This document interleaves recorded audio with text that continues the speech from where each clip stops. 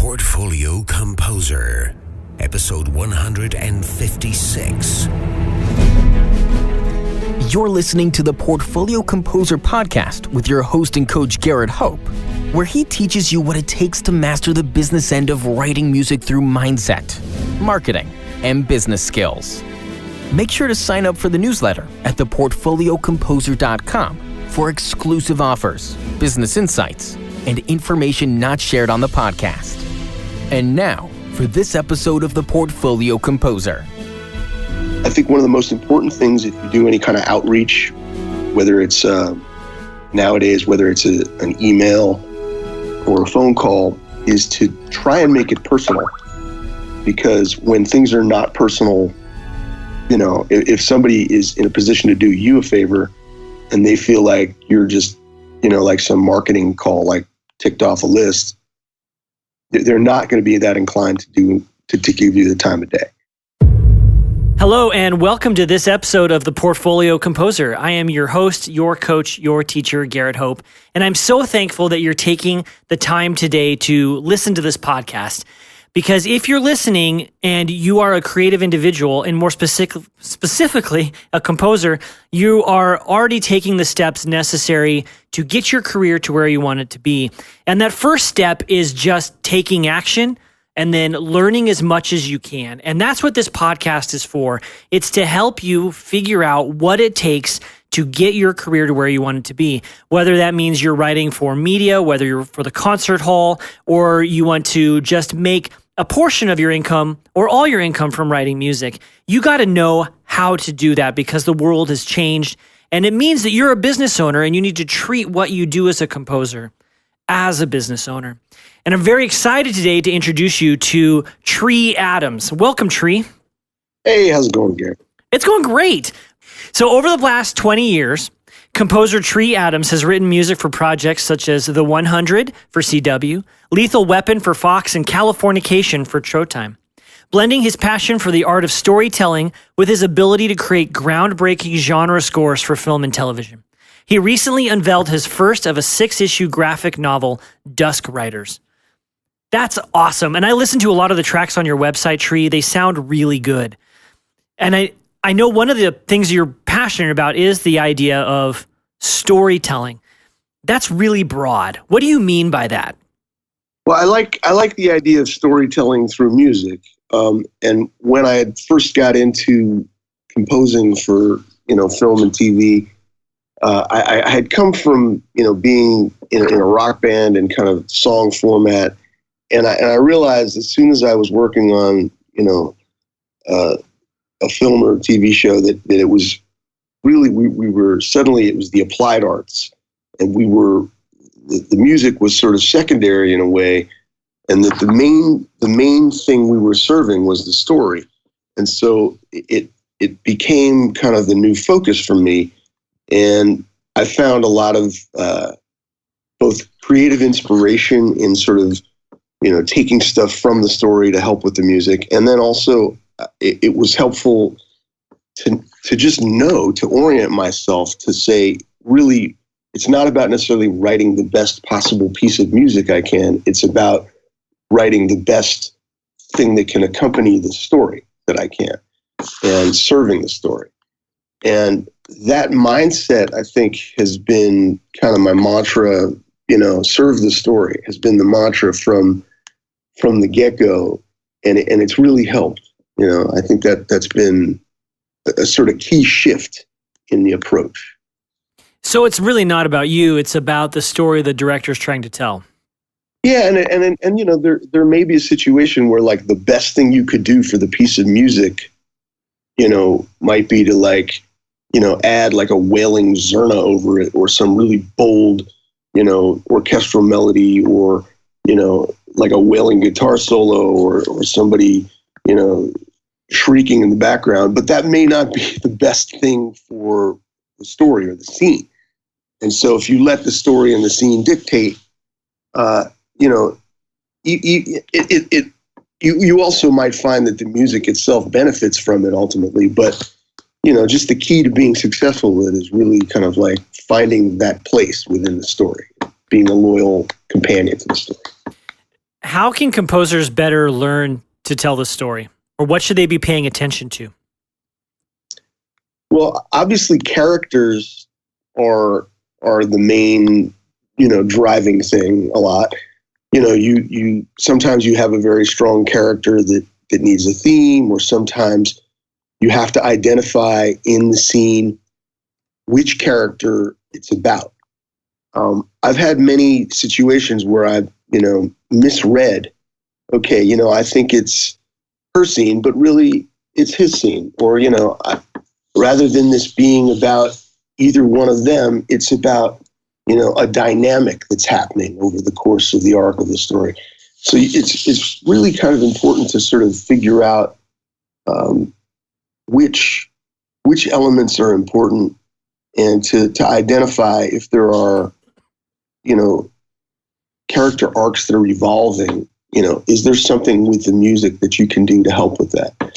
And in some cases, it's interesting, like you can have a relationship between characters, that's also maybe sort of germane to the subject of, the relationship could actually be more important than something individually with the characters. It's interesting, but to identify those dynamics properly and to talk about those dynamics with your director or showrunner, that's the real key to being successful, I think, because then you have that lexicon, that way to talk about the project with whoever your patron is, and you, by developing that shorthand, that communication, you become a good collaborator and somebody that they want to work with again, or that they'll recommend you down the line. I'll still misinterpret something from time to time because you get better at mind reading, but this is all about mind reading on some level. I had a situation where I was working with this director, Mario Van Peebles. This movie was called Hard Luck, and it was like a sort of a B action movie with Wesley Snipes, and Mario Van Peebles himself was one of the stars in the movie. And there was a scene where, like, Mario's a grifter, and or Wesley Snipes, is a grifter, and Mario's the police officer. And because I'm dealing with Mario and he's the director, I sort of thought that the dynamic between them was sort of, I should make it a little more about Mario, the cop pursuing the grifter. And I think I misread that situation. It was really supposed to be more about, the grifter and his struggle and his arc. And, so I ended up coming up with a theme for Wesley Snipes that we would reprise, and at first I had started writing it kind of more from Mario's point of view. But I think that was in part because, he was my director and, he was sort of the equal star in the thing. So, but Mario kind of quickly pointed out that, we were sort of telling Wesley Snipes' story. If that makes sense. Yeah, it totally does. I've scored a few independent films, and I've made similar mistakes too, where you end up taking the film in a certain direction the director really didn't want it to go, or wasn't expecting you to take it in that place, I should say. Yeah. Yeah, you got it. And the thing is, and it's subjective. It's a subjective sport, and it's not necessarily that anything is wrong. But, I think the more you do it, the better you get at kind of reading how it's supposed to play. And it's very important, when the director or the showrunner point out that, hey, this is the line we want to follow, that you follow that line. Another thing that I've been very kind of conscious of, and in fact, it came up again in that film I was just talking about, is making sure that you sort of bring the appropriate, tone to what you're looking at, which is to say, like, okay, maybe you're an orchestral composer and you want to write a score that sounds like a John Williams score. But if you have a independent film with a low budget and you're not going to be able to use an orchestra, maybe you might be able to hire a quartet or something like that. You got to write a more intimate piece of music. Mm-hmm. if your story has, say, like, you know, people having a relationship like in a room and there's like a little conflict and it's kind of like an everyday kind of thing and it's got an indie feel and it's going to be like something that plays on like the IFC channel, maybe you don't want to like go with like a gigantic orchestral sound. Maybe you want to think of it, you know, in the marketing bin that they're thinking of it in, which is, hey, this is more of an indie thing. Let's do like a little, you know, like we'll come up with an instrument that we're going to feature as like a soloist.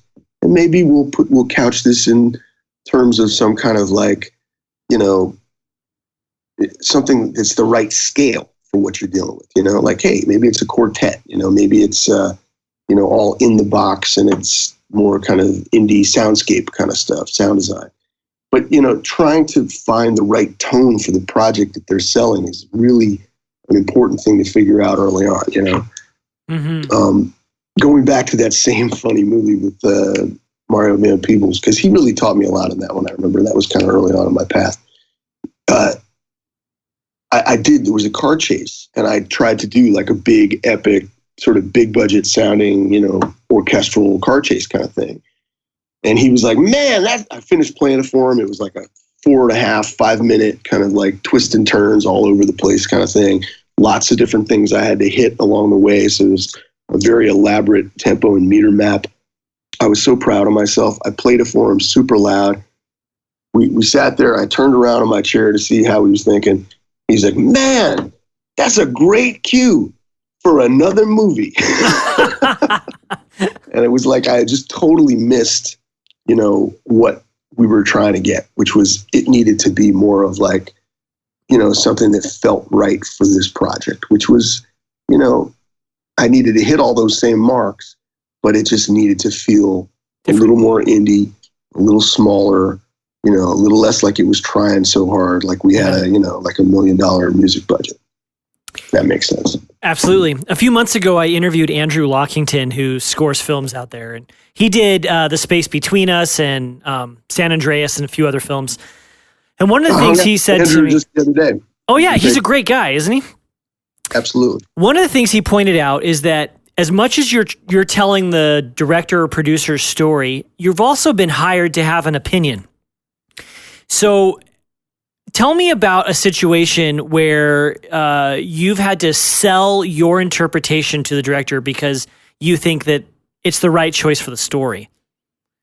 Well, I know this happens a lot because basically you if you just go in there and you say yes to everything they want, you often do them a disservice because much as they know about the story, they usually don't know as much about your craft as you do.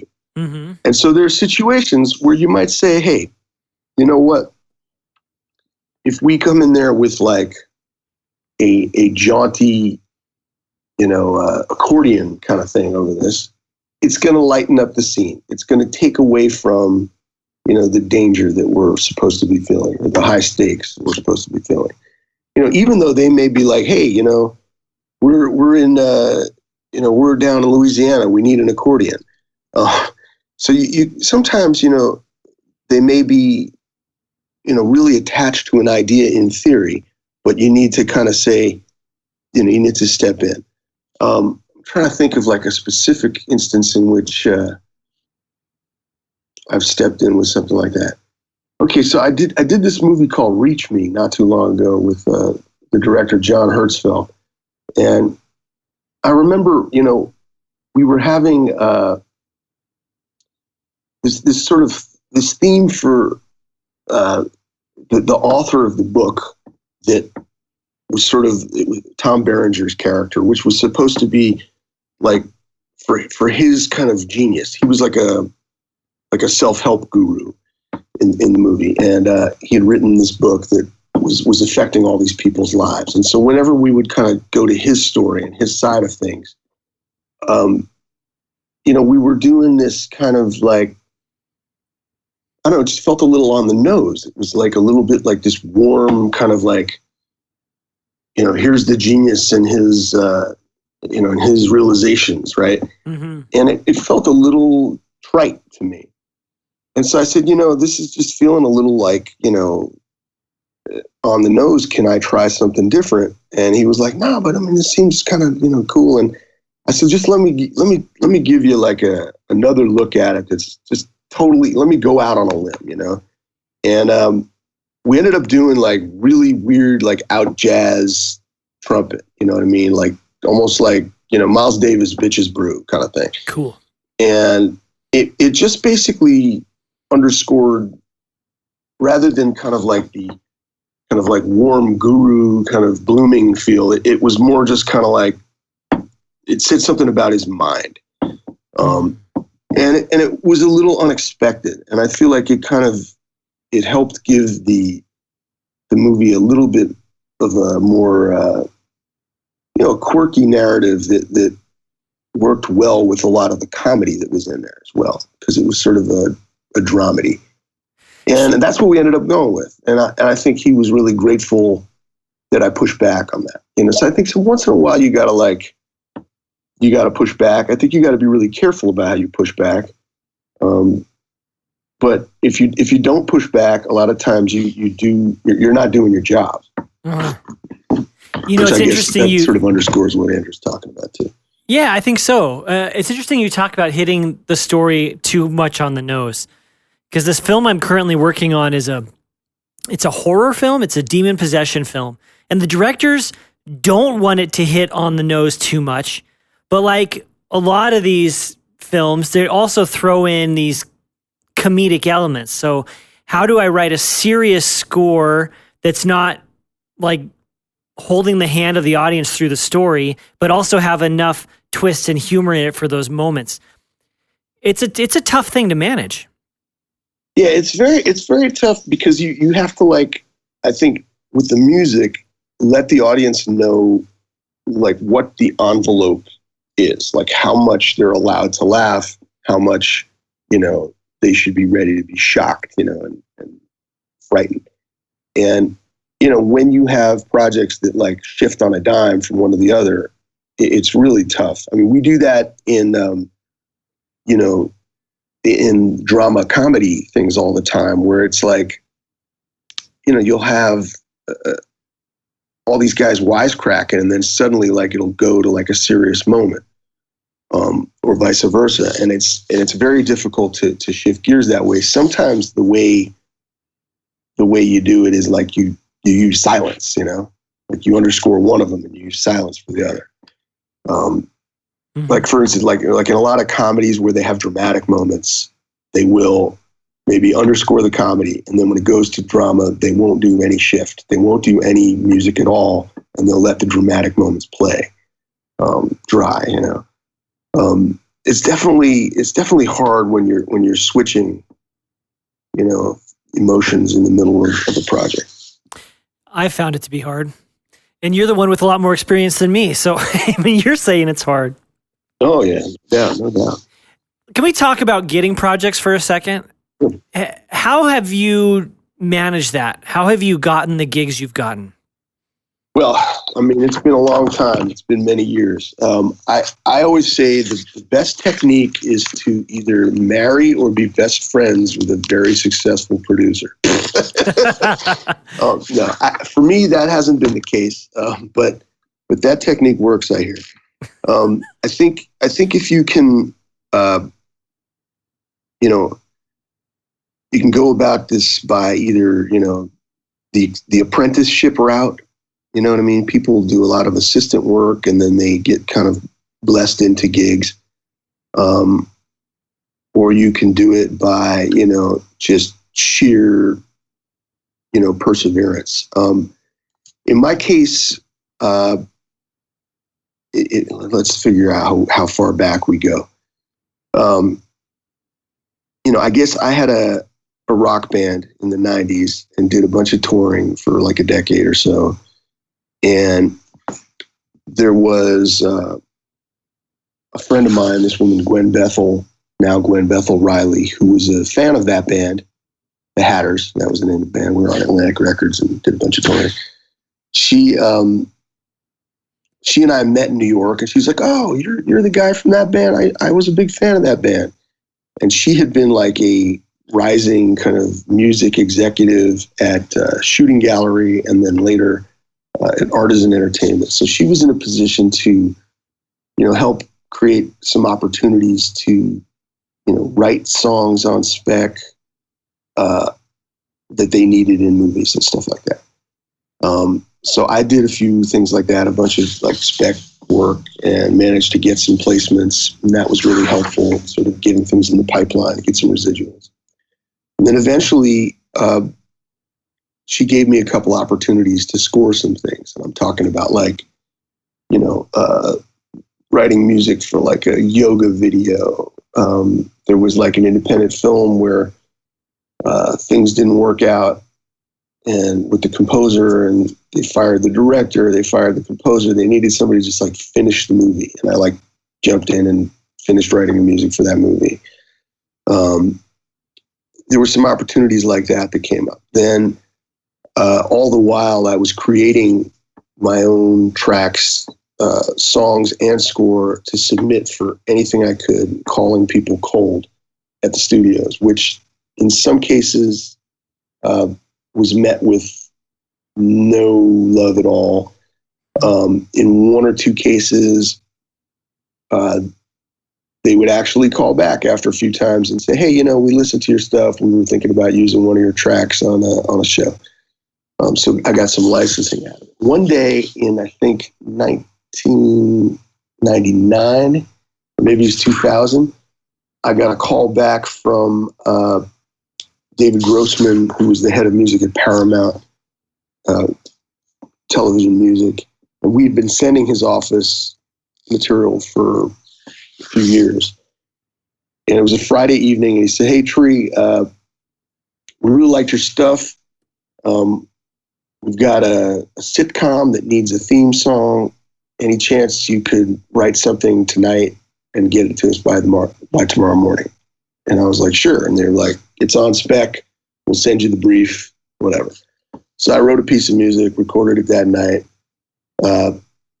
Next morning, I get a call. Hey, nice piece of music you wrote there. You didn't get the job, but the head of the show liked what you did and wants to write some music with you. He's got a couple ideas for a theme. Here's his address. Go over there. So I go over there. That's this guy, Jonathan Katz, from the show Dr. Katz, which was like a comedian show on Comedy Central. I don't know if you remember it. Anyway, I go to Jonathan Katz's house with a guitar. He's doing stand-up the whole time. I'm just laughing my ass off. And then we write a couple of theme songs together. We have a good time. We get along. Then I hear Monday morning from Dave Grossman's office again. He's like, hey, so we like the stuff that you and Jonathan wrote, but we're not going to use it. The star of the show, Bob Saget, he's got some friends who are going to do this theme. It might have even been like the Jonas Brothers when they were young or something. I can't remember who was it. I don't remember how old they were then. But anyway, it was the theme went away. But they were like, hey, would you ever consider writing music for a sitcom? And I was like, absolutely. Come on, give me a shot. So that was my first gig. And it was just doing like little bumpers and, play-ons and stuff. And then the producer of that went on to do the show Reba, which was, another one of these sitcoms. Jonathan Wolf, the guy who did Seinfeld, he was doing Reba.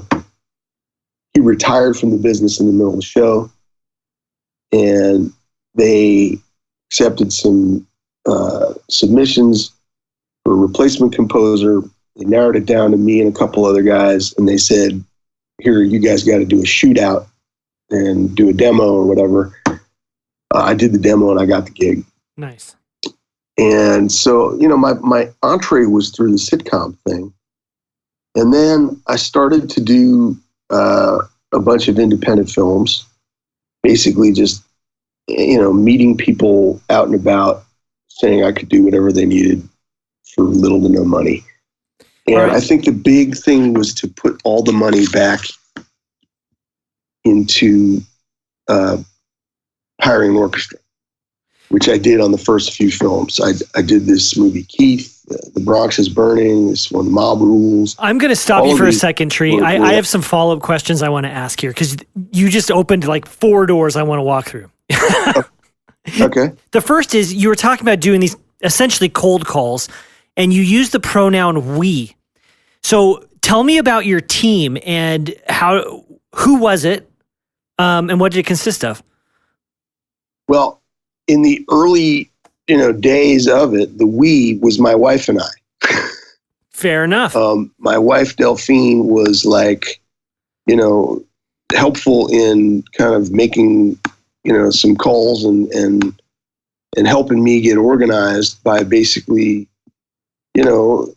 coming up with kind of a pitch, because it's a hard thing to do on your own, and it's one of those things where I think as an artist, selling yourself is one of the most difficult things to do because you're so close to it. Yeah. It's very difficult also to understand to identify what your strength is. And, because you're like, you listen to music, you're like, well, it's all a language I can speak.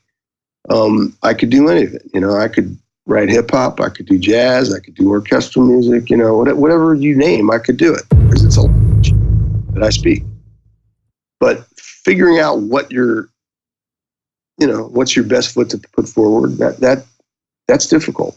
Mm-hmm. And I think it's important to develop all the different sides that we have as an artist, but it's very important to identify what your strength is and go and bloom where you're planted.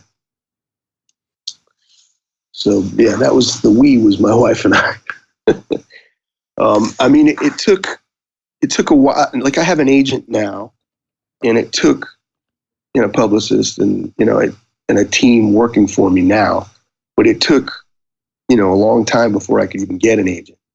I remember when I first got that first sitcom, I tried to get an agent, and everybody was like, you need kind of more than one sitcom to get an agent. Mm. And I think it was a few years later when I had a few independent films under my belt and a couple of sitcoms under my belt that I was able to get anybody to take me on. And, it's an ongoing struggle to get them to prioritize you. I'm very excited to announce that the Portfolio Composer has become a strategic partner with the American Composers Forum. What this means is that we are working together to build our composition community. If you have not heard of the American Composers Forum, you can find more at composersforum.org, but it is the largest composer-oriented organization in the United States that has many resources, programs, and grant opportunities designed to help you build your career and to create your art. The biggest benefit I have gotten out of being an ACF member is the curated composer opportunity list. This might be the most extensive list that you can find anywhere, with opportunities for calls for scores, grants, and performance opportunities. So I highly recommend joining this organization. Again, you can learn more at composersforum.org. And I also want to invite you to join the Portfolio Composer community by becoming a Patreon sponsor. By joining the community, you will have access to private webinars that I do for the Patreon communities and students of my course, and as well as private coachings, one-on-one sessions, and a few other bonuses. So please go to patreon.com/portfolio composer. Let's talk about selling yourself a little bit more and how you went about doing these cold calls or sending your stuff out. Because you're right, selling yourself is really hard. It's one of the most challenging aspects about being a composer. But if you don't sell yourself, no one's going to know about your music. No one's going to even take the time to listen to it. What has worked for you? And what is your pitch like? Well, these days, I'm not sure, how much selling myself I'm doing beyond just having a website and an agent.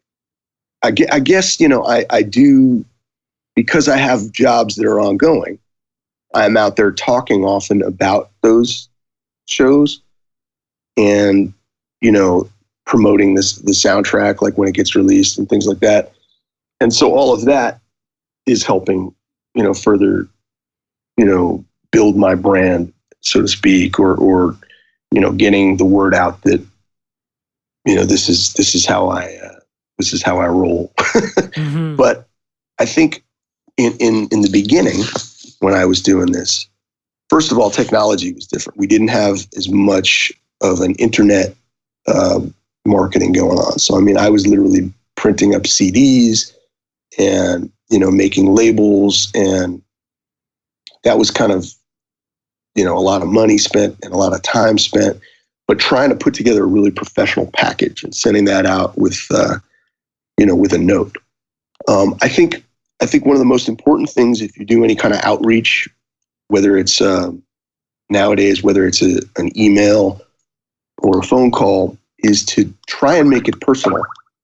Because when things are not personal, if somebody is in a position to do you a favor and they feel like you're just, like some marketing call, like ticked off a list, they're not going to be that inclined to give you the time of day. So I think if you can research a little bit about anybody, or if you have any connection to anyone who knows somebody, that's your best way to get through to someone, right? I think phone calls nowadays, unfortunately, it's hard to get somebody on the phone, even if you know them. I've got people I've worked with who won't take my calls. People don't take calls so much anymore. So it's a difficult thing. You have to, I think, hit them up through email. And, obviously make it as easy as possible for them to hear your music. So nowadays, what I'll get more, I'm not really cold calling people so much anymore. People either will call my agent looking for me, or I will reach out through some connection to someone and write an email. It's like, carefully written personal email. But then, you're sending a link with music, and you want, if you want anybody to have a listen or a look at you, it's got to be made as simple as possible for them. You don't want to give them a cumbersome link with 20 cues where they have to download all 20 of them differently. You don't want to send them 50 cues. I would say, keep it between 10 and 20 cues. Maybe in some cases, if it's a really specific thing they're looking for, send them 3 cues. They're not going to listen to 10 cues. They're not going to listen to 20 cues unless they're serious about you already. So, give them something that they can download in one shot. Give them a good personal email. Try and find any information you can about them. I think researching people is really important, and find out what they're working on. Look at it from their perspective. They're busy. They've got families, jobs, pressure from, the studio, whoever's hiring them. Do they have time to listen to somebody they don't know? It's tough. It's tough to get in front of people. But if you do, try and be as circumspect about it as you can. If you were starting all over again, like you were just getting off the road from being in your band and you were done with the touring life and you wanted to do this, what steps would you take, knowing that now we have the internet and everything else? Well, I think it depends on what you wanted to do, right? Like for me, when I got off the road with my band, I wasn't necessarily sure I wanted to do the exact thing that I had just done, which is to say, to make that same kind of music, which was sort of like bluesy, sort of organic, rock kind of stuff. So I really wanted to go in another direction. But so if one was interested in continuing with what they had done, say like doing a score that was in that vein, I would say, plant a flag in the ground with that on it, so that you can, as I've said, bloom where you're planted, so that somebody would say, oh yeah, this guy can give us a legit score that sounds like this, because this is clearly what he's been doing. He's been in the trenches, on the road, doing that. That's your best way in.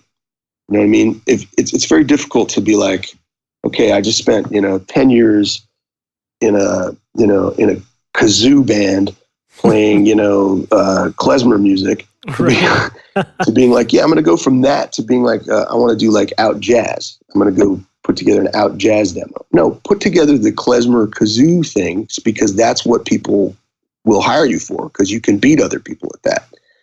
Or if you're like straight out of Juilliard and you're like really good with, orchestral stuff, don't go in there and try and like, get yourself like a heavy metal score out of the gate, because whoever's been like in a heavy metal band for 10 years, they're going to crush you. Right.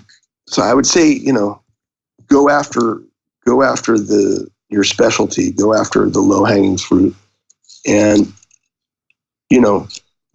create as much stuff as you can that you own and can license, because that's always a good way in.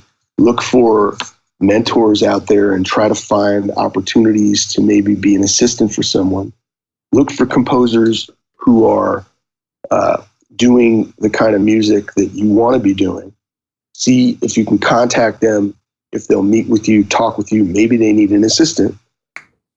And, see where it goes from there. But the assistant route is a huge thing here, because what happens a lot is you hook up with someone, they eventually teach you how they do their thing. And as you learn their process, sometimes you get opportunities within their system to do a little bit of additional music writing on their shows or their movies. And in some cases, we'll take on an extra gig. Like I have assistants that come through and will stay with me, sometimes like 4 or 5 years, 6 years. And what happens is eventually you take on a job specifically for them, and you try and either share the composer credit with them or even just give it to them. And eventually you try and help them launch. And that's kind of how this business works a bit. So that's a good angle worth taking, I think. I've heard the advice before about specialization that you're just giving, and I think it's true. But here's a question I get from composers all the time. And that's this. We're often trained to be able to write in a whole bunch of styles, and you just told these stories about getting different types of gigs. And if I go through your website, I'm hearing drama, comedy, action, all the things. And yet, how do you balance this specialization, getting really good or blooming where you're planted, with being able to say yes to a lot of projects? Now, I know not all projects are for everybody, but where's that balance, Tree? And what advice do you have between specialization and being a jack of all trades? Well, frankly, I think it's what everybody can handle. Like I really like the variety. I get bored doing the same score. Like I think the best thing that happened to me somewhere along the line 10 years ago was I got that show Californication. It kind of, put me a little level up from where I was. And, it was a rock score. And the worst thing that happened to me was that I got that show Californication, because suddenly everybody was just like, oh, he's a rock guy. Got long hair. His name's Tree. He's a guitar player. We're going to hire him to do guitar scores. So I just was doing guitar score after guitar score, doing a lot of the same sound, doing a lot of slide guitar, that Dusty Ry Cooter thing, doing a lot of just straight up rock stuff. I was really grateful to have the gigs. I was really psyched to, be working, but it got to the point where I was really sick of doing that same sound. And a lot of times they temp with your score, and you have to kind of knock yourself off. And that got really tiresome. So the new challenge became, all right, let's see if we can segue into another style to get known for. So I really put a concerted effort into trying to do more orchestral stuff. So every time I got hired to do something that had an orchestral component, I try and put money back into it to record an orchestra if there wasn't something for it, a line item for it in the budget. And I got to the point where I had like a good solid demo doing it, and I had some opportunities. I got hired on the show Perception, which we did an orchestra for every episode. I did this movie Reach Me that had, a full orchestra in it. I basically just got to the point where that was a big part of my bag. And this show, 100 that I've been doing, is, full like epic orchestral battle music, but also some hybrid, ethnic elements, more kind of soundscape stuff. And so now I've been able to try and show that, I can handle sci-fi and more like, apocalyptic stuff. And, I just keep trying to like evolve into new spaces, in part because it's creatively exciting and in part because I don't want to get pigeonholed. Mm-hmm. So, and that's a challenge, even in success. But if you want to get the ball rolling, you need to be able to demonstrate that you can do a few things exceptionally well, right? I think so. I think you need to show, that in at least in one area, like where, say like, in a Western score or like in a sparse piano score or, in your ability to kind of like put together like a cool indie, thing with a quartet. You need to show that you can wield that style effectively and that you can also handle an array of different emotions, perhaps, right? So say like something sad, something joyful, something quirky, but within a style, because that's how you get hired. Okay.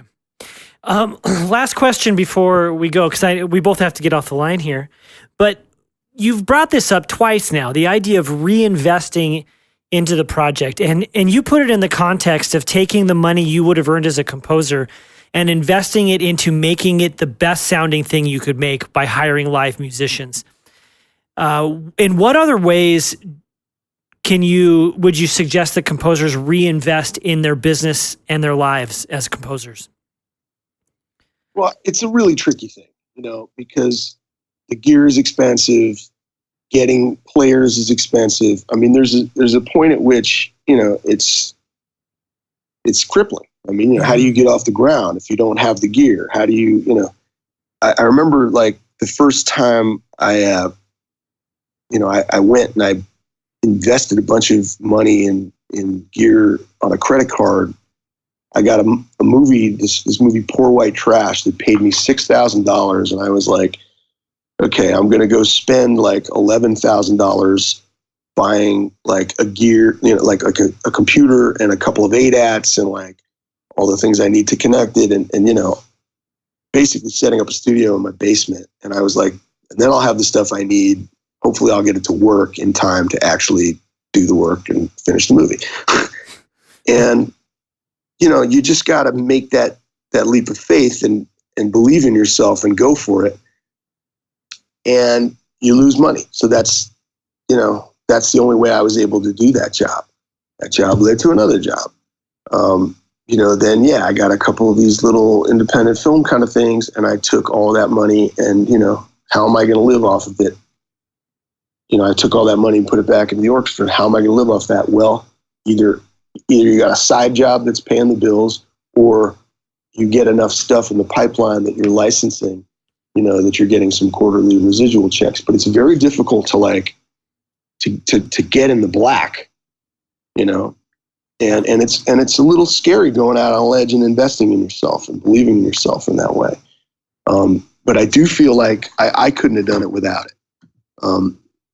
I think nowadays it's a little less expensive than when I was starting out. I mean, when I started out, you really needed, to get a working Pro Tools rig, you needed like, I don't know, like $50,000 to get something that was like legitimate, between all of the, the syncing IO stuff and the AV converters and everything you needed.